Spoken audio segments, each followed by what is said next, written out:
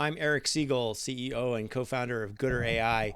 This is the second of several short how-to hands-on videos that'll get you started using Gooder AI to evaluate your ML models and plan ML deployment to achieve maximal business value. All the supporting docs and links that you need to follow along and try it yourself are at gooder.ai/hands-on. So in the first video, we covered the data requirements, scored test data, and got started evaluating some models with Gooder. In this video, we'll invoke Gooder from within Python on scikit-learn and XGBoost models using fraud detection as an example. So we'll get back to a screen like this in a moment. Let's walk through a notebook. You can download the notebook and the data and everything. You want to try this yourself, and then ultimately, hopefully, try this if you're making models within Python on your own models. So I've skipped to the bottom of this relatively short notebook. I'll walk through the whole thing pretty quickly, but this is the culmination, valuate model. That is the command in Python, the function that will invoke Gooder, and it'll open a new tab, as you'll see in a couple minutes. And when we're calling this, we've made a model, and now we're saying, hey, look, we've made 3 models in this case, and we want to compare these models and look at their business value and the potential deployment options for them in terms of monetary value, in terms of business metrics. So we give valuate model the models and the test data. So I'll come back to this in a bit. Let's just walk through, put a little context on this. The first thing you need to do is install Gooder AI. Gooder_AI, and that's going to give you access to that valuate model, which is going to open the Gooder AI tab for you.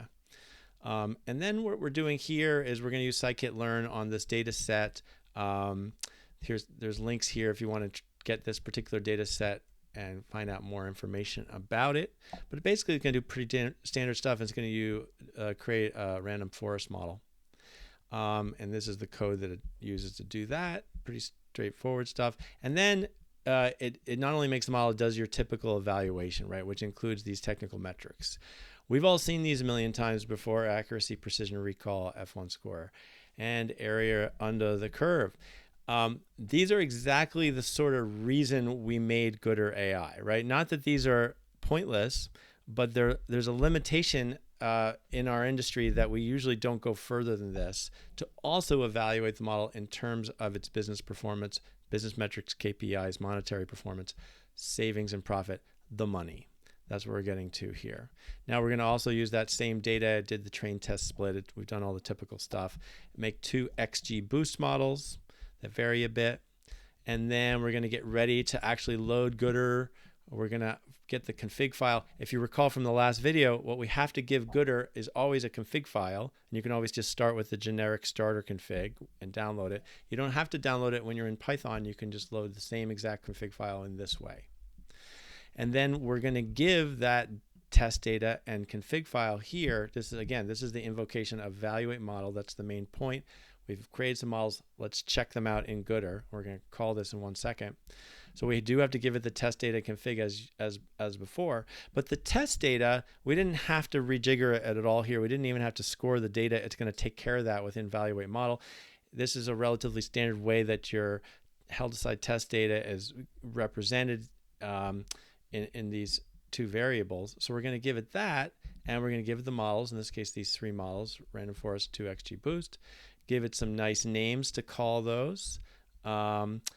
We're going to name the dependent variable as well. This is a way for me to say, look, there's going to be some files. What do I want to call them? Where do I want to put them? So you'll need to change this path name on your side. The reason it needs to save two files is it's going to open a Gooder AI tab.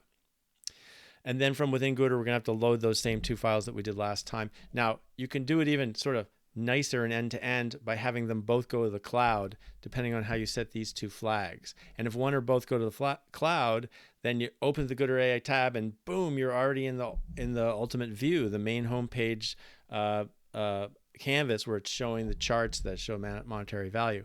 We're not doing that right now. We'll cover that in a later video.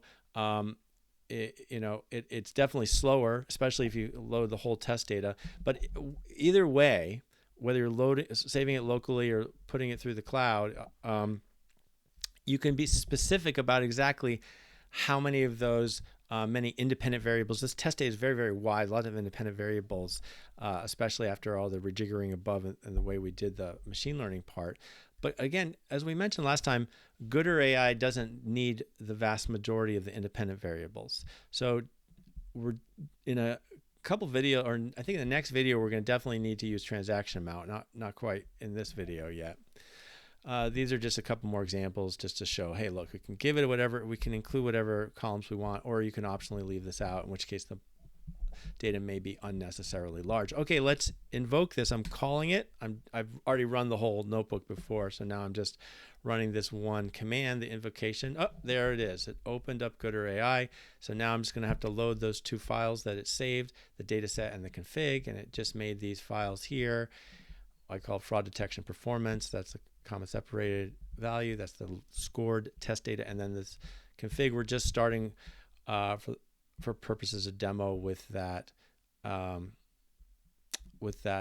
generic config, the catch-all starter config. But it's got a different name here. It's actually been changed a little bit to make things a little bit easier by valuate model. Namely, it already knows what the models are.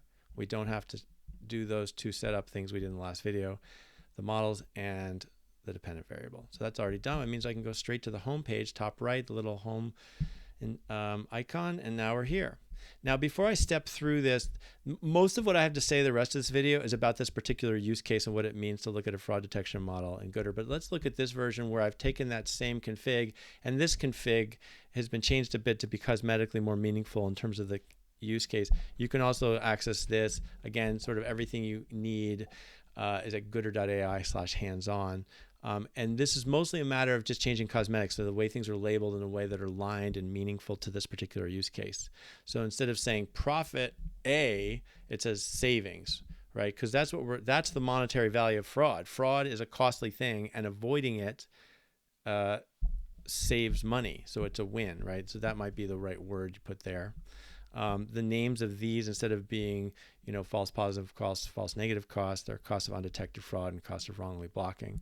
So let's just talk about this in terms of, put on our business machine learning hats and just say, hey, look, we've got payment card fraud detection. One other change from generic is that we went and set the population. So instead of having population, the number of cases default to the number of rows in the test data, the number of cases in the test data. It's now scaling everything as if there were 10 million transactions. So if, let's say you're some medium-sized bank, got 10 million transactions a quarter, this is how much you stand to save. The other charts are the same as we saw last time.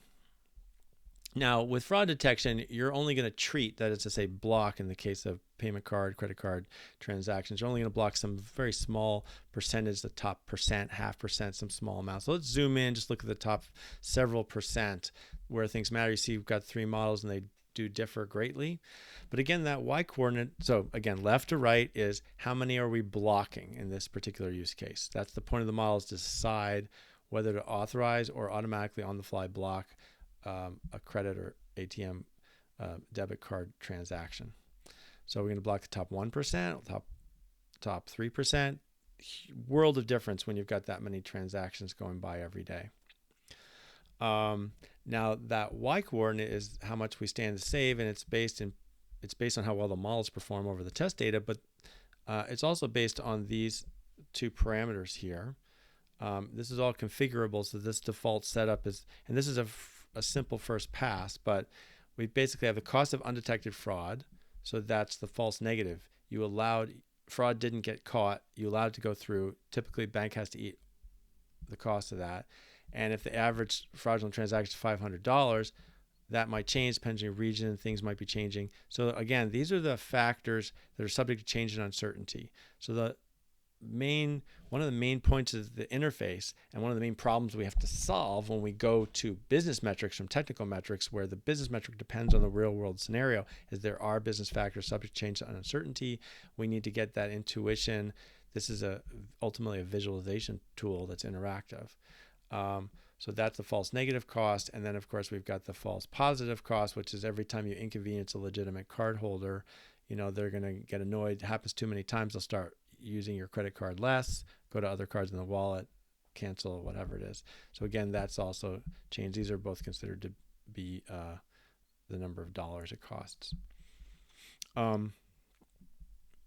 So you can go ahead and play with that. So right now this is saying, hey, look, I can right click and go to max value. It's saying, hey, if I go with the best of these three models, which is the first XGBoost model, you know, I stand to save $108 million a quarter if I'm willing to block 4.4% of transactions most risky, most likely to be fraudulent, under the assumption of these two factors.